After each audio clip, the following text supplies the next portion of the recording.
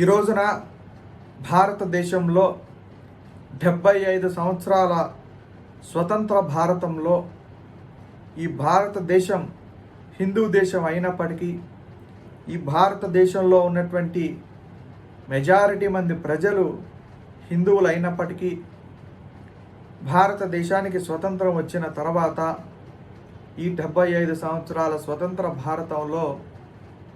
పశ్చిమ బెంగాల్లో ముషీరాబాద్లో హిందువులపైన దాడి చేసి 2 హిందువుల్ని చంపేసి హిందూ ఆలయాలను ధ్వంసం చేసి హిందువుల ఇల్లు తగలబెట్టి హిందూ ఇళ్ళని ధ్వంసం చేస్తే ప్రాణాలను అరచేతుల్లో పెట్టుకొని వేరే ప్రాంతానికి వలస వెళ్ళవలసినటువంటి పరిస్థితి బహుశా ఈ 75 సంవత్సరాల స్వతంత్ర భారతంలో ఈ దుస్థితి